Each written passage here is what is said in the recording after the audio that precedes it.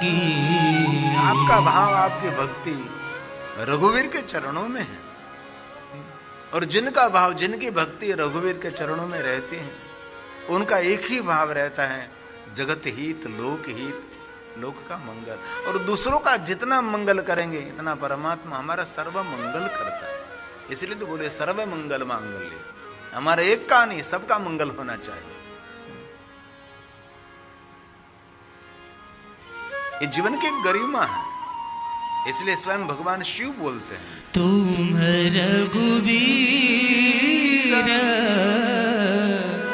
चरण अनुरागी।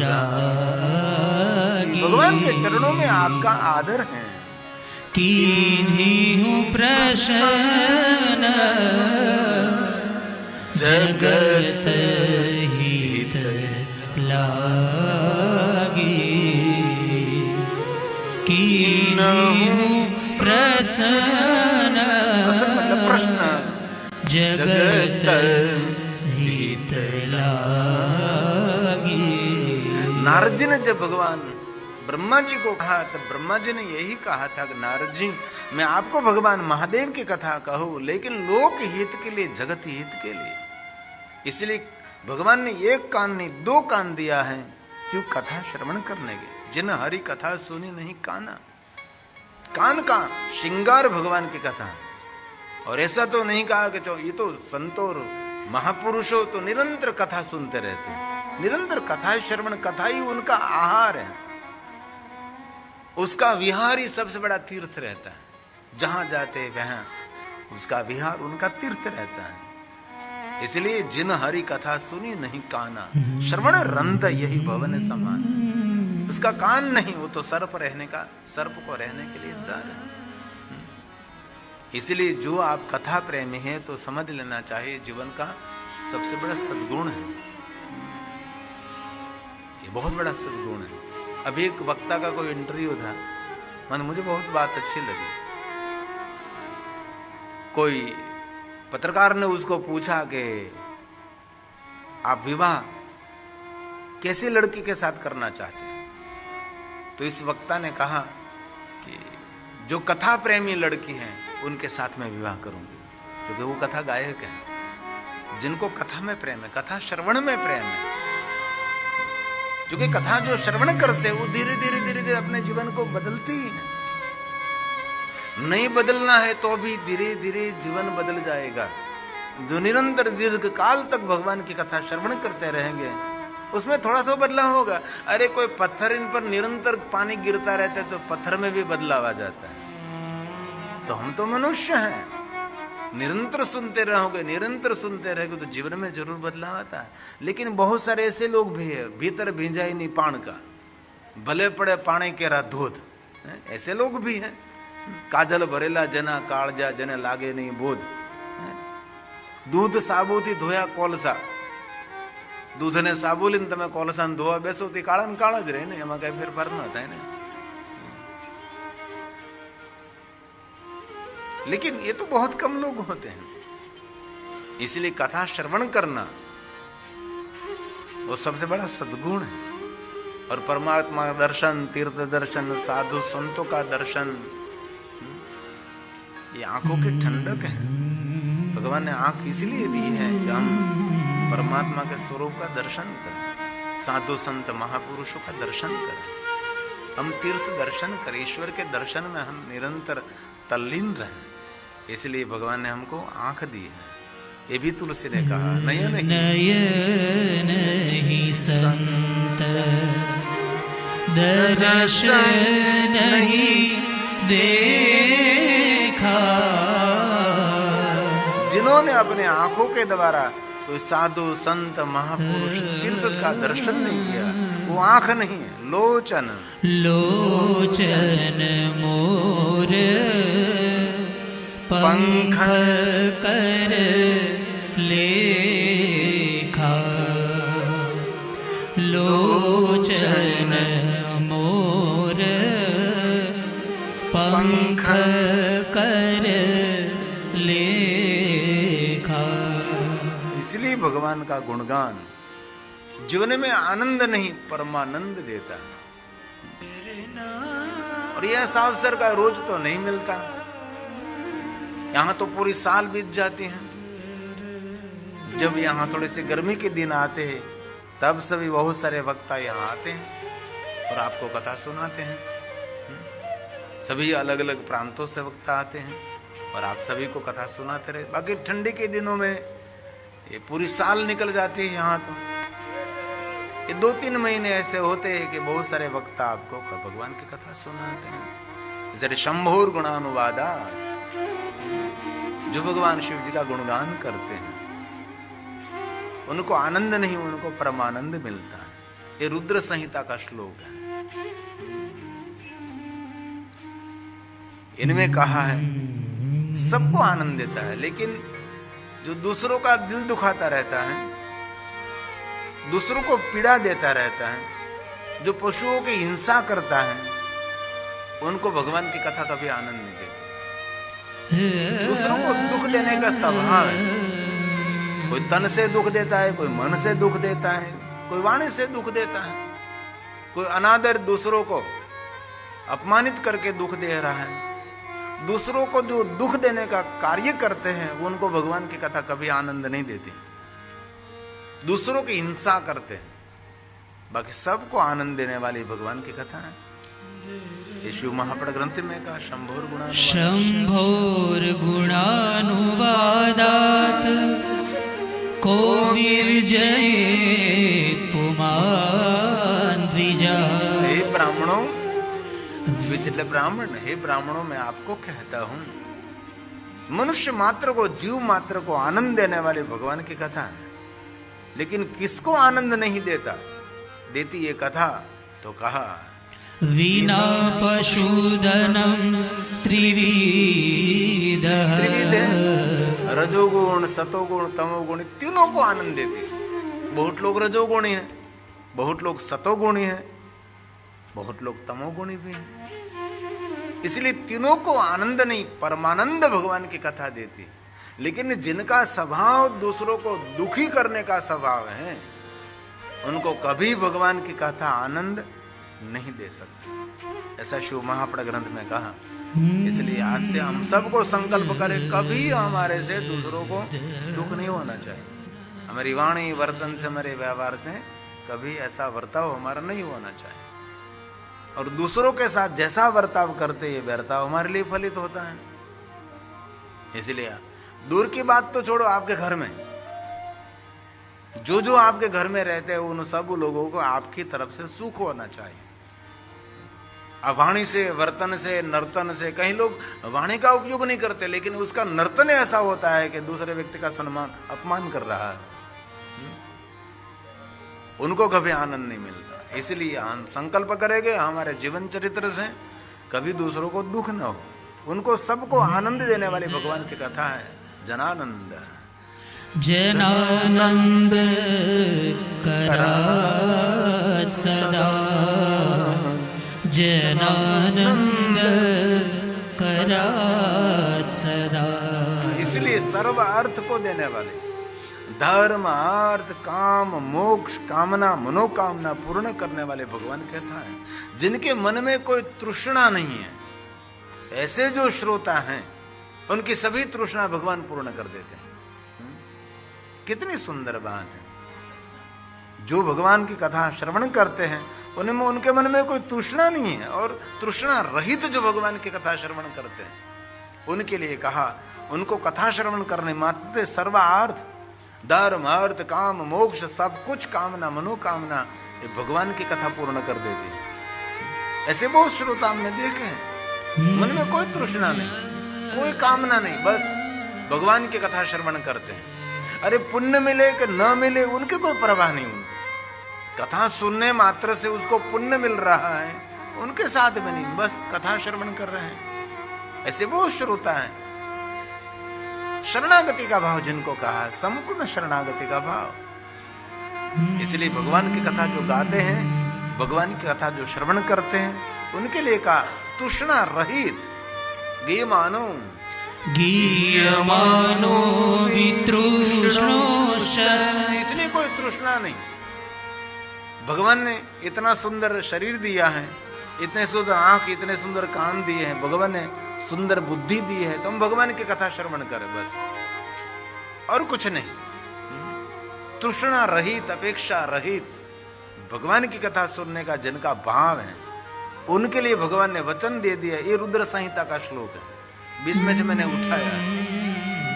कुछ भी कामना नहीं, कोई मनोकामना नहीं, कोई तृष्णा नहीं, लेकिन हमारे सबके जीवन में तो तृष्णा रहती है।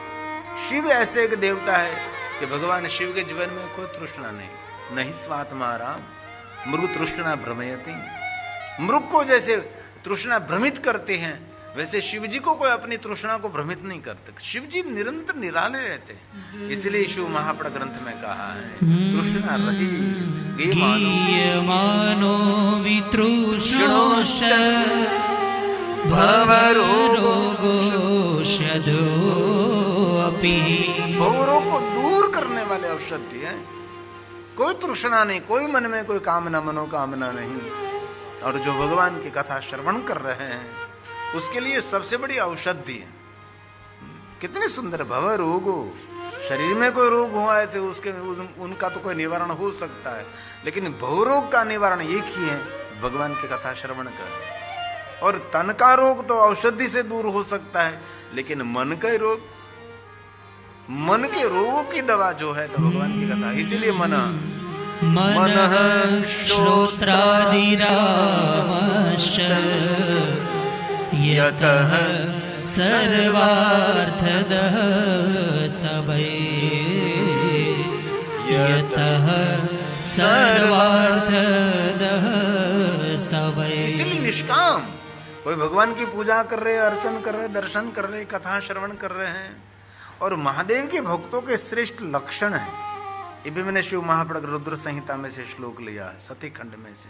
केवलम चरित्रम ते ते गायन्ति, बस उसका एक ही भाव रहता है कि मैं भगवान की कथा श्रवण करूं, और श्रवण करते करते भगवान की कथा गाते गाते मुझे बस आनंद मिले, एक मंगलमय भाव रहता है। ये श्रोताओं की परम लक्षण है, इसलिए कथा श्रवण करते हैं। उनमें कोई मन की इच्छा नहीं रहती, कोई कामनाओं की पूर्ति के लिए नहीं। ये श्रेष्ठ लक्षण है। आपके अनन्य भक्त उसको कहे जाते हैं जिनके मन में परमात्मा के प्रति कुछ अपेक्षा नहीं रहती, कोई भाव ऐसा नहीं रहता, सिर्फ बस भगवान की कथा, केवलम चरित्रम ते ते, केवल भगवान के चरित्र श्रवण करने का उसका भाव रहता है। मन में कोई ऐसी कोई कामनाओं का भाव नहीं। जो भगवान शिव जी का अनन्य भक्त है, समर्पित भगवान के भक्त किसको कहते हैं, उनका वर्णन शिव महापड़ ग्रंथ में है। और हम सभी तो कुछ कामना की वृत्ति रखकर हम कथा श्रवण करते हैं, भगवान की पूजा करते, इनमें भी हमारी बहुत सारी कामना रहती। कामना रहित, कोई इच्छा रहित, निष्काम भगवान शिव को समर्पित श्रेष्ठ शिव का भक्त उनको कहते हैं। उसके मन में अन्य कोई किसी की कुछ भी कामना नहीं होती, कोई अर्थ की उपेक्षा भी नहीं, कोई अपेक्षा भी नहीं, केवल मंगलमय स्वरूप भगवान शिव जी के चरित्रों का श्रवण करने का भाव रहता है। ऐसे श्रोता भी होते हैं, इसीलिए एकांतीन एकांतीनः कंचनार्थ भक्ता वांछति यस्य। सिर्फ भगवान की कथा श्रवण करने का ही भाव है। कथा श्रवण करते हुए मेरी ये कामना पूर्ण हो जाए, मेरी ये कामना पूर्ण हो जाए, मुझे ये मिल जाए, मुझे वो मिल जाए, ऐसा कुछ भी नहीं। केवलम चरितं ते ते गायन्ति परमं मंगलम्, गायन्ति परमं मंगलम्। केवलम चरित्रम ते ते, भगवान शिव जी के चरित्रों का गायन करें और भगवान शिव के चरित्रों का श्रवण करें, सिर्फ मंगलमय भाव प्रकट करके हो, कोई सांसारिक अपेक्षा नहीं और किसी की उपेक्षा भी नहीं।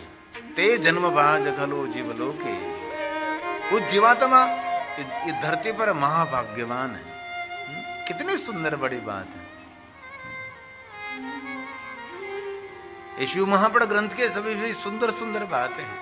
जो शिव जी का ध्यान करते थे जन्म बाज खलु, विश्वनाथ का जो ध्यान करते, भगवान शिव जी का ध्यान करते, जिनकी वाणी भगवान का गुणगान करती रहती हैं, जिनकी जीवा भगवान के स्तोत्र का गायन करती है, जिनके कान भगवान की कथा का श्रवण करते हैं, उनके मन में थोड़ा सा भी संशय नहीं होना चाहिए। कोई भी प्रयास नहीं करेगा तो भी वो भव पार उतरेगा। भव पार होने के लिए श्रेष्ठ ये उपाय भगवान की कथा। इसलिए बहुत सारे ऐसे सज्जन लोग रहते हैं जो भगवान शिव जी का ध्यान करते हैं। जीवलोक में वही धन्य है जो भगवान शिव जी को याद करते हैं और भगवान शिव जी का जो ध्यान करते हैं। जो विश्वनाथ महादेव, महादेव को विश्वनाथ कहते हैं, विश्वपति कहते हैं, विश्व सर्जक विश्व पोषक कहते हैं। ते जन्म बाज कलु, ते जन्म बाज खलु जीवलोक। जिस लोक में मैं रहते इस लोक का नाम है जीवलोक। यहाँ सभी जीव निवास करते हैं और जीवलोक का कोई भगवान है तो भगवान शिव है। इसलिए आपसे पूजा अर्चन यज्ञ यागादि तीर्थ यात्रा कुछ भी न हो सके, सिर्फ विश्वनाथ का ध्यान करें बस। अपना संपूर्ण मन के तरंग भगवान शिव जी को अर्पण कर दीजिए। ध्यान मन के लिए सबसे बड़ी औषधि है। आजकल ध्यान करने के लिए बहुत सारे क्लासेस भी है ना, कि भाई ध्यान मार्ग में कैसे प्रवेश करें। ये न कर सके तो आजकल तो टेक्नोलॉजी का युग है, तो इसमें भी ध्यान प्रक्रिया कैसे ध्यान में प्रवेश कर सकते हैं आप, ध्यान कैसे कर सकते हैं, ध्यान में हमारा लक्ष्य क्या होना चाहिए, उनके बारे में बहुत कुछ डिटेल है। लेकिन वास्तव में देखें तो भगवान शिव की परंपरा और ध्यान की परंपरा, पूजा भी एक ध्यान का ही पार्ट है।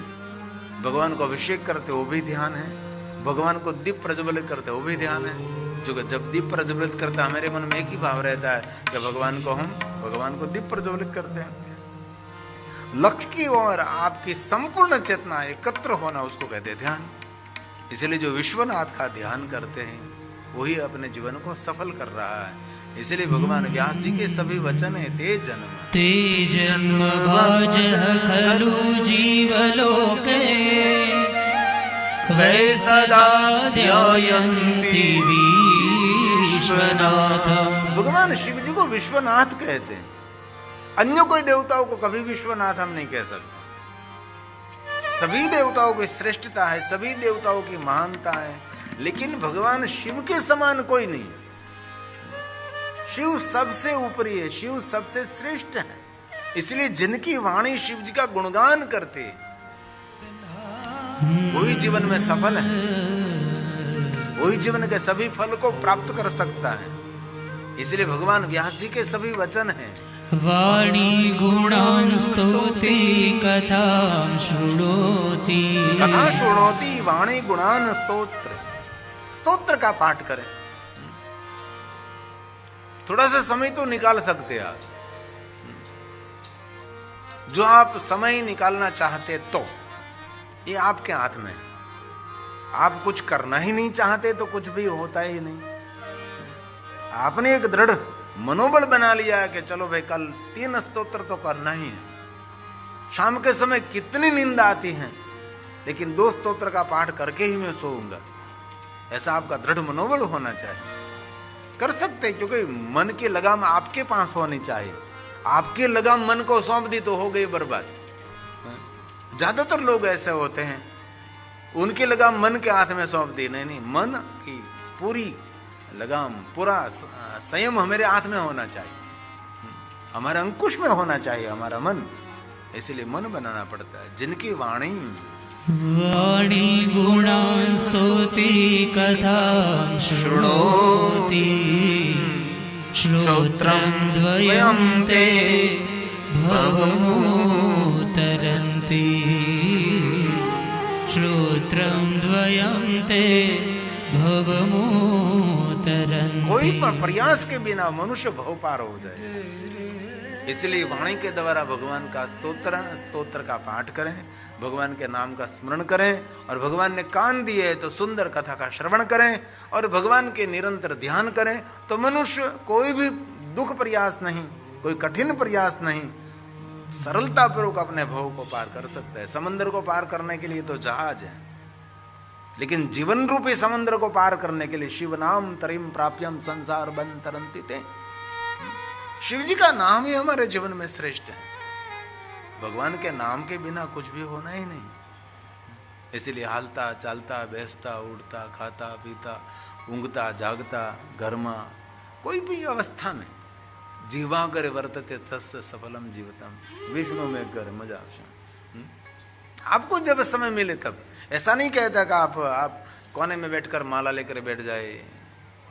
समय है तो जरूर बैठना चाहिए, ये भी एक बहुत बड़ी वो जीवन की उपलब्धि है। लेकिन ये कुछ भी न हो सके तो हालता चलता बैसता उठता कुछ भी काम कर रहे हो आप, ओम नमः शिवाय ओम नमः शिवाय ओम नमः शिवाय ओम नमः शिवाय निरंतर जपे पंचाक्षरम, उनका सभी दिशाओं से मंगल होगा। इसको विष्णु में कहते हैं। यही करना है बस।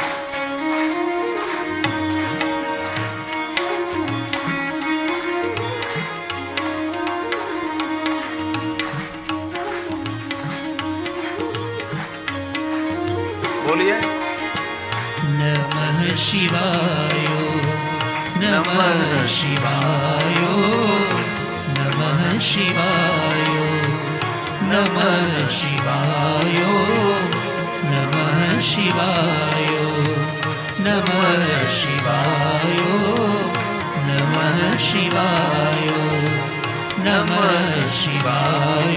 नमः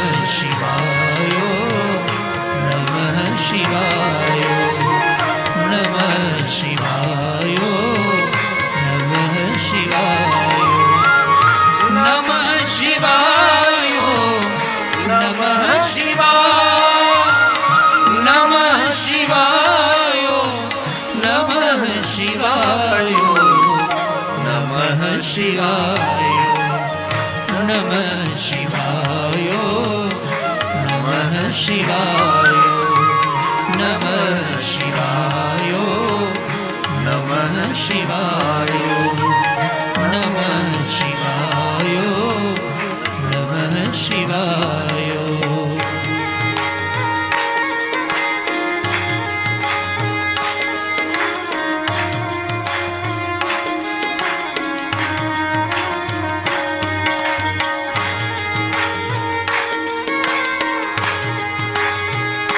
ताली महादेव ने वाहले।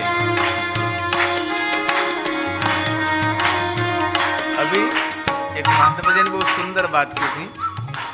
किसी ने पूछा था उसको, मुझे अच्छी बात लगी। किसी ने पूछा कि हम कीर्तन करते करते ताली क्यों पाड़ते हैं? तो इस महात्मा ने सुंदर जवाब दिया था कि हम जब भगवान का कीर्तन करते हैं तो जो पाप किए हैं वो बाहर निकलते हैं, तो पाप को मारते हैं। बात मुझे अच्छी लगी है? फिर ये पाप हमारे पास न आवे, इसीलिए इस पाप को मारते हैं। इसलिए धीरे धीरे पाप को नहीं मारना, जोर जोर से मारना, फिर हमारे पास न आवे।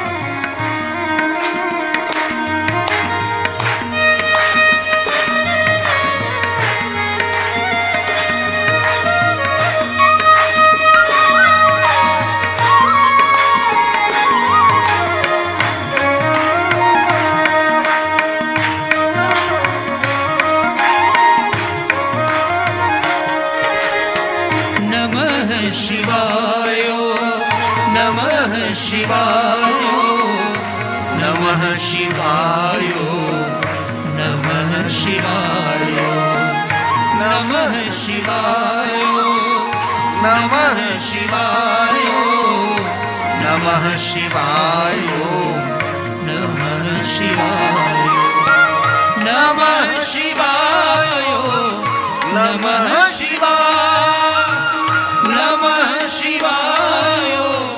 नमः शिवाय नमः शिवाय नमः शिवाय नमः शिवाय नमः शिवाय नमः शिवाय नमः शिवाय नमः शिवाय नमः शिवाय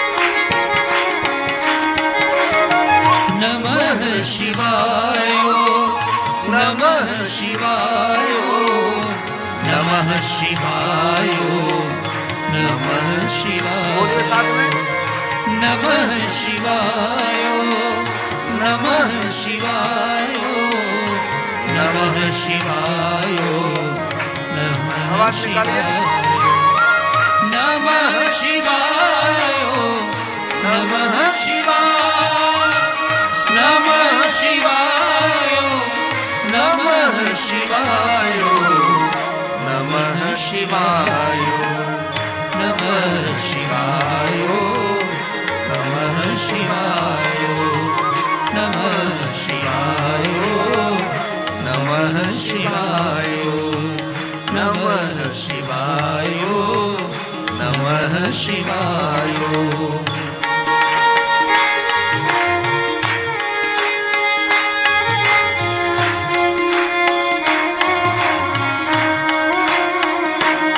मन को पावन करते और तन को धन्य कर देते। कीर्तन करते समय तो विचार नहीं कर सकते, विचार शून्य हो जाता है।